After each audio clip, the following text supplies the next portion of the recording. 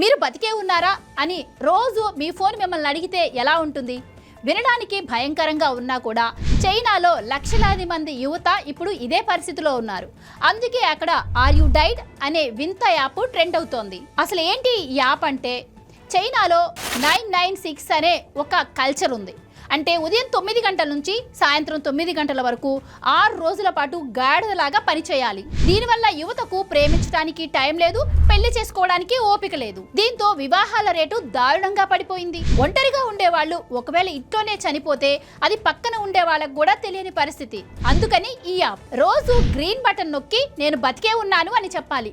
2 రోజులు కనుక ఈ బటన్ నొక్కలేదా వెంటనే మీ ఫ్యామిలీకి అలర్ట్ వెళ్ళిపోతుంది. 2030 నాటికి చైనాలో 20 కోట్ల మంది ఒంటరిగా మిగిలిపోతారట.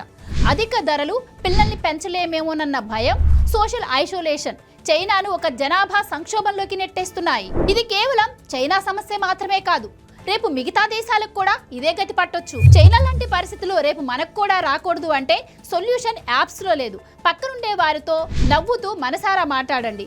పని కోసం జీవితాన్ని బలివ్వొద్దు. టెక్నాలజీ మనల్ని ట్రాక్ చేయగలదు కానీ మన లోన్లీనెస్ ను దూరం చేయలేదు. మీ చుట్టుపక్కల కూడా ఇలాంటి పరిస్థితులు ఉన్నాయా? కామెంట్ చేయండి.